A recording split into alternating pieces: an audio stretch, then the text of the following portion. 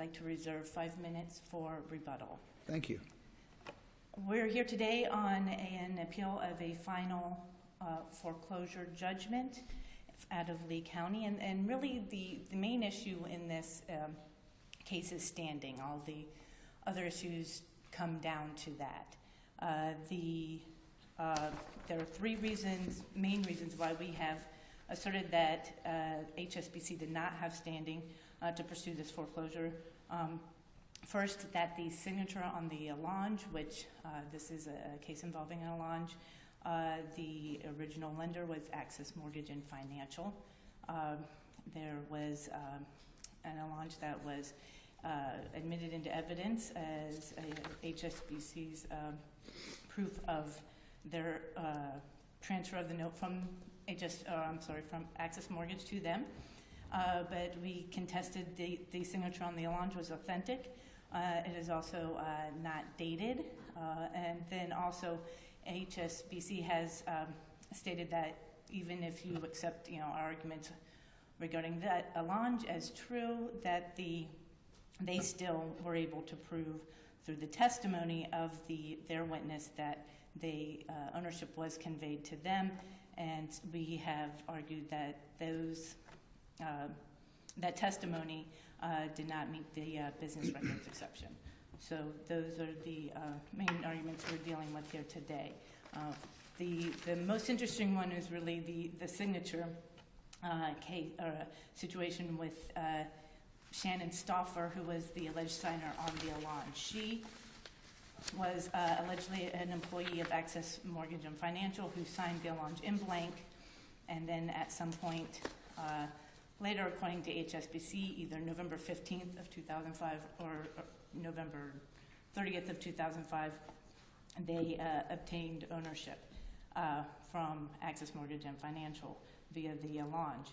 The rule is that there's a rebuttable presumption that the Allonge is in fact authentic, and we have, what we had to do in order to rebut that presumption is plead it in our pleadings, which we did, both in the motion to dismiss, the amended complaint, as well as our answer and affirmative defenses.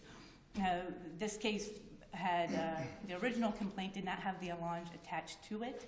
It was not attached or put into the court file until they filed the original note and mortgage, which was about a month after the original foreclosure complaint was filed. Was there a trial? It was at trial, yes, correct, absolutely. But the issue is whether or not that was in fact Shannon Stauffer who signed it. And the question is really, who has the burden of, did we burst the bubble of presumption in that? And our argument is that we in fact did. We had evidence via an expert witness who was presented through deposition testimony. There were no witnesses. And the trial judge, like a jury, can believe or disbelieve any or all the evidence presented by the testimony. Correct. That is correct. And there was no evidence. The trial judge has the credibility call and made a decision basically to discount the testimony of the expert. That may be true. We don't know. He did not write an opinion. Okay. Then how is it this court has the authority to go back and say, trial judge, you're wrong? Well, where that comes from is that our argument is that that testimony was in fact enough to shift the burden back to HSBC, which they did not. Well, they cross-examined him. They tried to bring out some weaknesses in his credentials as well as in his procedures and made those arguments. And why couldn't the trial judge believe that was sufficient to discredit the expert? I mean, it's a factual issue, isn't it? I believe it is, but also it's abuse of discretion on a factual issue for us, isn't it? On a factual issue, it is correct. The issue in this, however, is that the HSBC, despite having knowledge for nearly 2 years of this witness and our intent to present this defense, not once presented Ms. Stauffer, did not present their own expert, no Wasn't that testimony their risk? whatsoever. I mean, they had to go with what they brought, and if they chose not to bring him, weren't they just taking a risk as to whether they could convince the trial judge to discount that? I mean, that doesn't matter to go here and there. They had the opportunity to, but they chose not to. They just challenged his credentials, and evidently were successful. Is it grounds for us to reverse and say, well, you really should have done it this way, so therefore, based on your trial strategy, we're going to reverse you? Well, I think the judge, with this, I think that the issue is that that was enough, that deposition testimony was enough, that they did not do a good enough job in discrediting him. Well, let's talk about whether you rebutted that presumption of validity. You would agree that the law requires that if you're going to use exemplar signatures, you have to establish the genuineness of those signatures either by proof before the court where the court's satisfied or stipulation of the parties that what's going to be used in comparison is indeed genuine. Did you do that? We did not, and the reason for that is this is a difficult situation. There are no other signature cases that I could find that on point regarding this. Most of the cases have to do with. You could have found Ms. Stauffer. You could have found Ms. Stauffer and said, Ms. Stauffer, sign your name 5 times. And then we need to go before the court. We need to go before the court and have an evidentiary hearing to establish the genuineness. Don't you agree that if you do not do that, no matter who testifies about a comparison of writing and signatures, is not going to be sufficient evidence? Wouldn't you agree if you haven't fulfilled that? I think that the question in this case is that the HSBC was the party in the better position. But they had the presumption. They did, but if you look at the comments to the UCC section, the reason for this. The rule is that there is any evidence is within the control of or more accessible to the defendant. Therefore, that's why the defendant is required to make the showing. Our argument is, in this case, Shannon Stauffer, as allegedly an agent of somebody who allegedly the plaintiff had a business relationship with at one point, was the party in the best position to produce her. And again, we wouldn't be here today if in that 2 years they would have found her and she would have said, yep, that's my signature. Or if you'd found her and brought her in and say, that isn't my signature. I don't know what would have happened in that situation. But if you read the case law, the prevailing case law, it requires you to prove the genuineness of the signatures with which you want to compare. I don't disagree with that. And you would agree that if you didn't do that, you haven't rebutted the presumption, have you? Well, our argument here is that, and this is not a kind of case that necessarily fits into that scenario where that makes sense for that to do. Why it's not? Proving a negative on our end, and we, again, put forward the evidence. It's some evidence, as the law requires for us to put forward. They put forward nothing. Their witness couldn't even, testify as to ever knowing her, ever seeing her signature or anything before either. So our argument is that they're in the best position to prove up this. And this isn't a situation where we said, just made a general, denial or pleading. We had, evidence. We had an expert who was retained. We had, deposition testimony that it was based on. This was not a blanket, shotgun kind of pleading. Well, it seems to me your highest hurdle was the records custodian, Ms. St. Clair, who came in and testified without objection that HSBC acquired the note November 15, 2005. You did not object. Then when they sought to introduce the screenshot that demonstrated or confirmed what she had just testified to, your only objection was lack of foundation. And when they went to introduce the welcome letter from HSBC, your objection was same objection. And then when they sought to introduce the notice of default you stated that you also object to the business record. Now, in light of the cases that hold that lack of foundation, objection does not preserve the error on appeal in the testimony of a records custodian, how was this issue preserved for us? Well, Your Honor, respectfully, we did object several times to the, her testimony and her. But what specific objection did you make to the trial court that would have alerted the trial court of a particular error and given the trial court an opportunity to rectify it?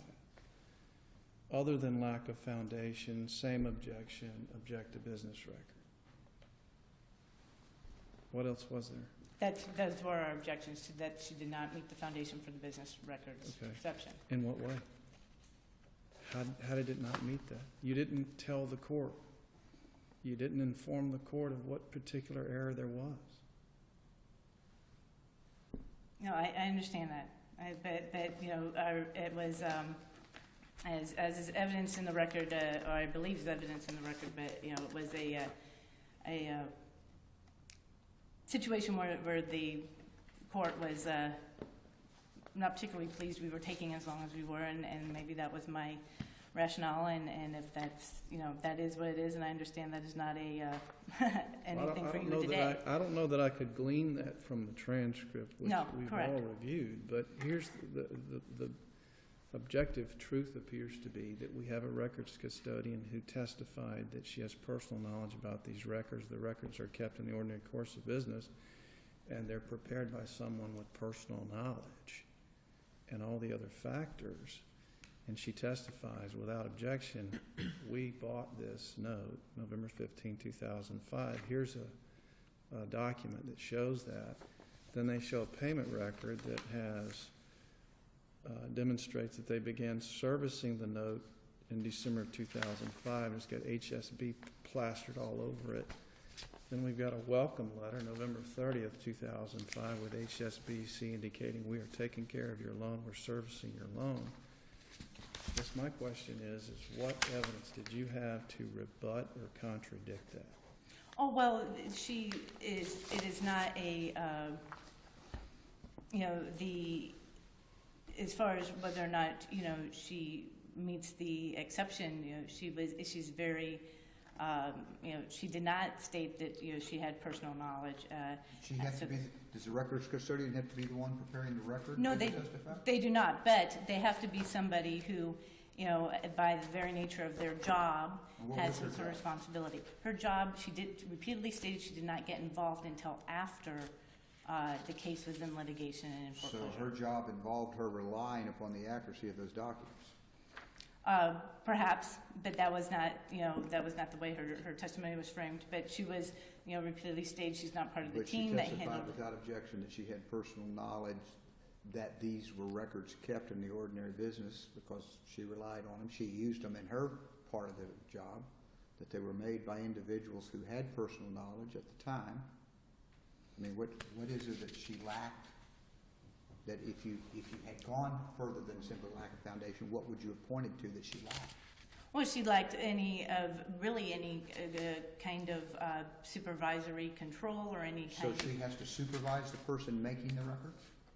That's a possibility. She would have, our argument is that she would have to be more involved than what she is. If the bank makes a loan in this year and that person leaves and another person comes along later, they can't be a records custodian because they weren't supervising the person that made the record. No, I understand that. But at the same time, I don't mean that directly, but her job somehow should be, and she's being involved. She stated she wasn't part of the team that handled the document receipt into the imaging. So she's got to be personally involved in the making of the record. Or her job duties have to be more involved in being able to. So once again, the person making the record, the person's making the record, when the loan is made, have all quit, moved, died, or whatever. 10 years later, when the bank has to foreclose, they don't have the advantage of a person that can come in and qualify to testify. No, I assume they would have hired somebody to replace that person. I'm not saying necessarily that particular document, but her job duties should include... Only the person who actually supervised the making of the records can be the custodian. or the person themselves, or the nature of their job responsibilities has to Somebody be that else they that has need to to. use those records in their course of business and gather, those records are sent to them for them to use in their part of the business. They're no longer a custodian. I mean, they're not a custodian because they weren't the ones making the record, or it wasn't under their supervision the records were made. That may be if her testimony had been fleshed out a little bit more to that. I think that may be, one of her things that she said was, I rely on the business information for the accuracy. So she did say she relied on the records. She did, but I'm not entirely sure what that means. And it's But she's a in kind of a collections. vague She statement. relies on the records. It must mean that she does the collections work based upon the records. It may, that is not, that there's not a, again, it just, her testimony was not fleshed out enough to, I think, make that conclusion. Did you ask the court for, sometimes you say, Judge, can I proffer, can I question the witness because I have a concern regarding her ability to provide this testimony? Did you make that request of the court? I did not make that request. We did cross-examine her and recross, and some of these things as far as what she did and didn't know, that's where they came out, was in our cross-examination. You're at your 15 minutes if you want to Okay, reserve all right. some. No, thank you. Very good, thank you.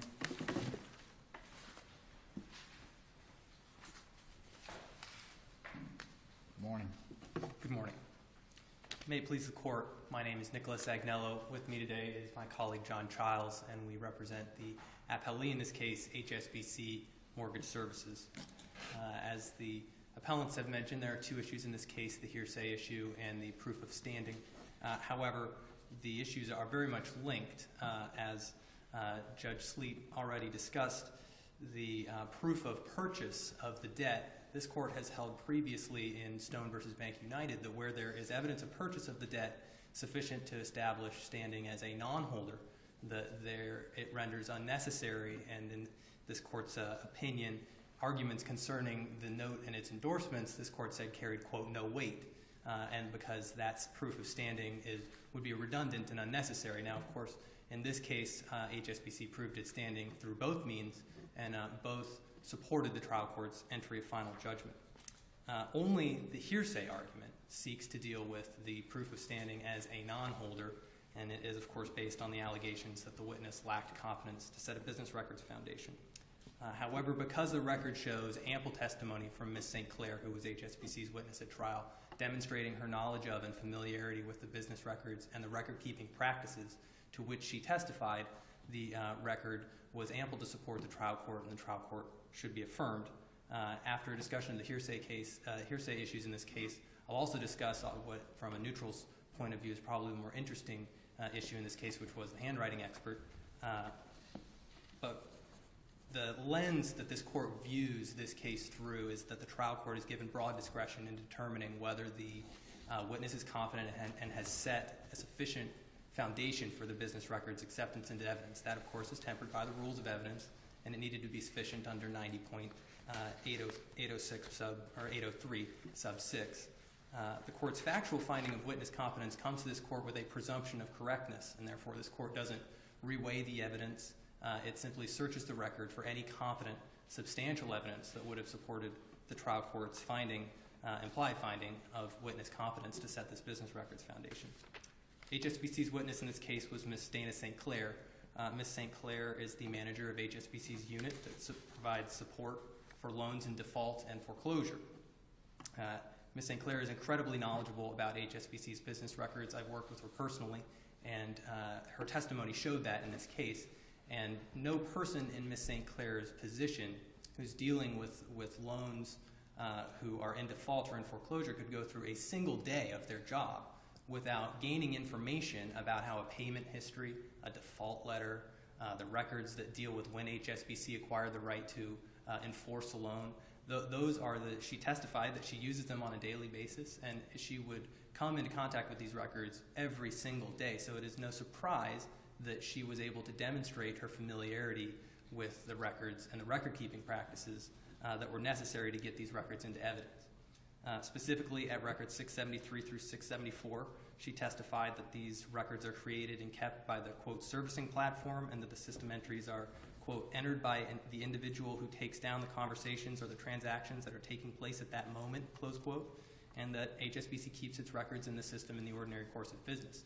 This testimony is utterly indistinguishable from the 4th DCA's case Weisenberg, where they reviewed almost identical testimony from a person who was a supervisor in the loan service of the loan servicer, and that person testified that the business records were kept in the mortgage servicing platform, that the cashiering department took records of payments as they came in, and that they put them in the mortgage servicing platform. And the Weisenberg case affirmed a trial court who found that witness was competent to admit the payment history. This case is completely indistinguishable from that case and many of the others. This court has an opinion on this issue. It's from the mid-70s, Hawley v. State, but it shows very clearly that the court does not have a requirement that it be a record creator, a direct supervisor of the business record creator, or someone who can personally vouch for the accuracy of each and every entry in the business record. Of course, the purpose of the business records exception is that once the 4 elements of the business records exception are demonstrated, the record itself comes in for the truth of the matter asserted. That's the nature of the hearsay exception. But in Hawley v. State, the facts were that a comptroller of a motel was allowed to authenticate registration cards in a criminal prosecution to show that the criminal defendant had been at the hotel. The objection was raised, well, we need testimony from the desk clerk. That's the only person competent to authenticate these business records. And this court in Hawley v. State held that argument was beside the point, that the comptroller knew how those business records were supposed to be made in the ordinary course of business. And this court specifically said that a contrary interpretation would obviate the intent and purpose of the business records exception, which was, and I quote, to avoid the necessity of bringing to court every person who played a part in the preparation of a business record. And in this particular instance, and Judge Davis alluded to this, it would be incredibly difficult to bring in all the people who compile a 30-year mortgage's payment history. Some may die, some may leave the company, some may just be unlocatable, and as a result, we have the business records exception to allow someone like Ms. St. Clair, who knows how a payment history, for example, is created in the ordinary course of business, to get that record in, so that because the law recognizes that such records come with them sufficient indicia of trustworthiness, because the company itself relies on the accuracy of those business records when its money is on the line in the conduct of its business. And indeed, it must be recognized that the language of Section 90.803 subsection 6 supports this. It asks about the regularly conducted business activity and the regular practices for making and keeping business records. And so that is what the witness needs to know. And to be clear, the authenticator must know from personal knowledge that in the ordinary course of business, the record creator, who of course may be a totally separate person, will meet the requirements for knowledge and contemporaneousness that are necessary to imbue the record with the trustworthiness that the statute says it has. But the witness need not be the direct supervisor or direct record creator. Indeed, the quintessential witness, the record's custodian, will generally have no interaction or meaningful participation in the document's creation. Their job is to keep the company files, not to necessarily document transactions with customers or third parties, etc. And so the one case I would like to talk about that is mentioned in the appellant's brief before transitioning to the other issue is specialty linings. That's a case from this court from the late 80s where this court held that a witness who testified that he had no knowledge was one quote, and another quote was no familiarity with certain invoices was not a competent witness. And the court noted in passing that he was not a document creator, not a supervisor, and otherwise didn't have any other reason to come into contact with that part of his business, the company that he worked for, and therefore he wasn't a competent witness to authenticate the business records. This case, of course, is totally factually distinguishable because the testimony here was that she had this knowledge, and additionally, appellants misread the opinion and mistake the necessary for the sufficient. It is, of course, sufficient to call the document creator. It is sufficient to call the person who loomed over the shoulder of the document creator and supervised the document's creation, but it is not necessary, and this court has long held that any qualified witness, which is any person who can testify about the ordinary course business practices, is a qualified witness, and the testimony in the record in this case certainly supported the trial court's determination that Ms. St. Clair was competent. Once this court rules on the hearsay issue, everything else falls in line because the record exhibits 1 and 2, which show that HSBC purchased the loan from the loan originator in November of 2005, which is years before this complaint was filed in 2009, come into evidence, and the trial court's finding of standing is supported by competent substantial evidence regardless of anything to do with the note. That is the Stone versus Bank United case, that those arguments about the note carry no weight because they deal with standing under 673, 311, sub 1, where the litigant has proven it standing under subsection 2. It's 2 totally different subsections. However, in this case, the trial court was also supported in entering judgment because the proof of standing as a holder was also adequate.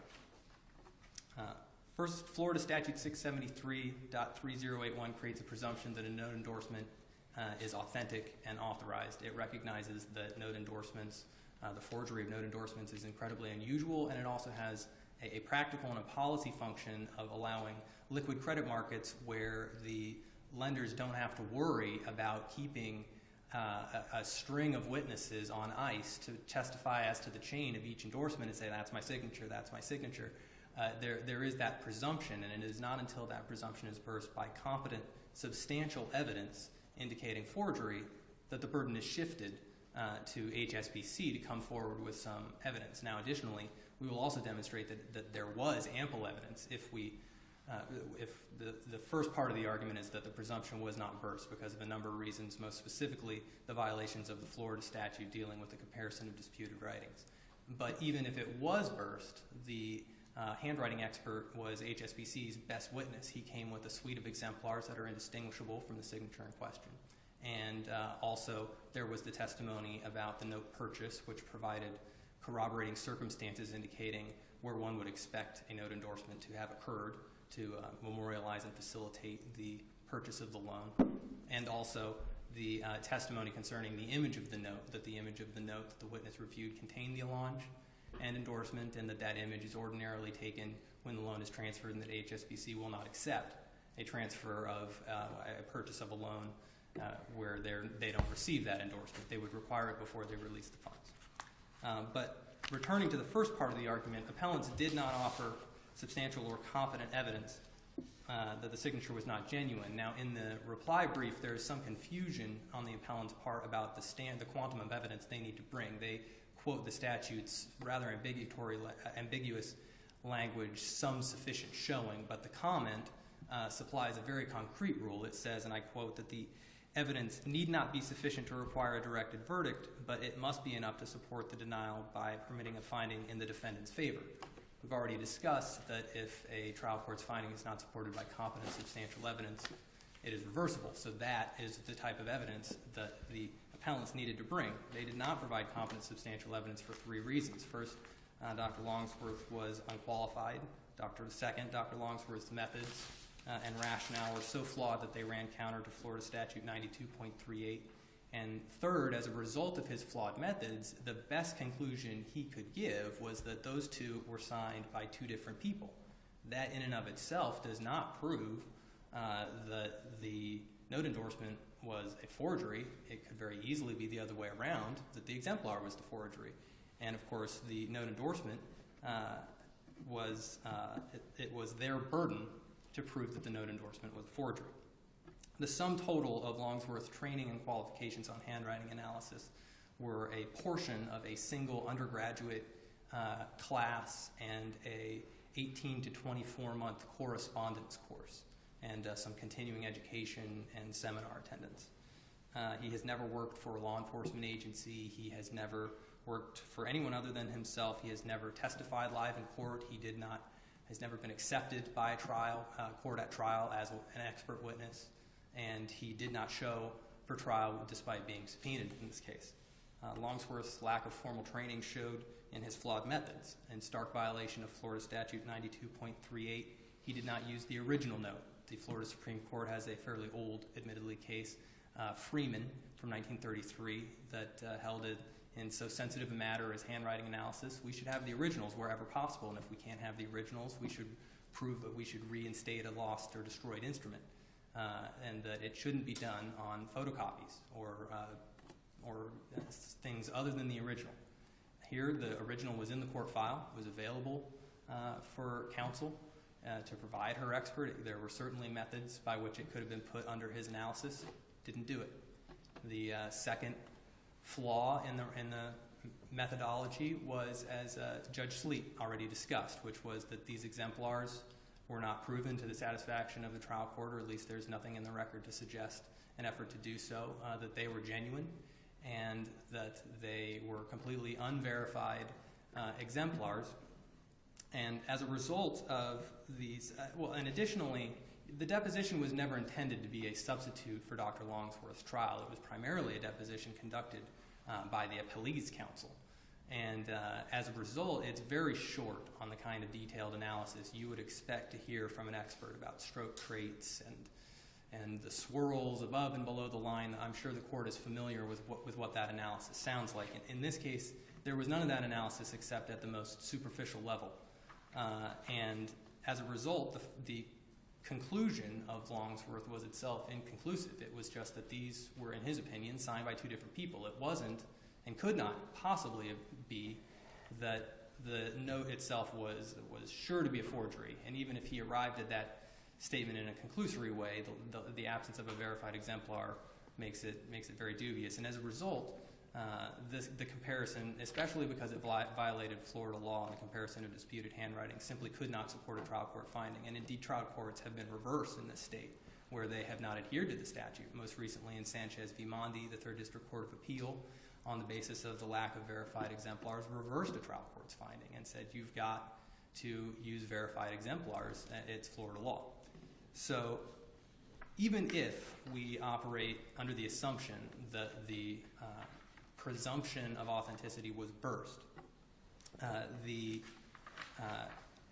argument that there was no evidence on which the trial court could find genuineness is, with all due respect, a very blinded view of the record. There was the cross-examination of Longsworth. The original note itself was in evidence, and therefore put the trial court in a more privileged position than even the expert to conduct an actual analysis of the original signature. And the deposition of Longsworth came with a number of exemplars, which were, frankly, almost identical to the questioned signature. And there was the testimony that the loan was purchased in November 2005, which of course would give cause for an endorsement to occur. And additionally, the testimony about the image of the note reviewed by the witness. So taking all that evidence together, it was sufficient evidence for the trial court to find that the signature was authentic. And not to belabor the point, but even if the trial court were to find that the signature was a forgery, in this case there was testimony that the parties were treating it as genuine, that funds had been transferred from one entity to the other, and that the parties were treating it as an assignment of the note. And HSBC shouldn't be prejudiced if someone took liberties with Ms. Stouffer's signature when Access Financial is holding on to its money for the assignment of the loan. And there is ample case law that a forgery can be ratified where someone enjoys the benefit of the transaction. In this case, we had evidence that the funds for the purchase were released in November of 2005. I will rest on the brief on the remaining issues concerning the no more space rule and whether or not the Allonge was affixed. The note itself was in the court file. The court reviewed it. And of course, we've provided argument in this case that the note itself was perhaps secondary on the issue of standing given the proof of purchase of the loan. And finally, the McLean issue. The McLean case is distinguishable. In the McLean case, there was no evidence about when this loan was transferred. In this case, there was ample evidence that it occurred in 2005, and including the image testimony about the image date. So based upon the foregoing reasons, HSBC respectfully requests that this court affirm the trial court. Thank you. Very good. Thank you.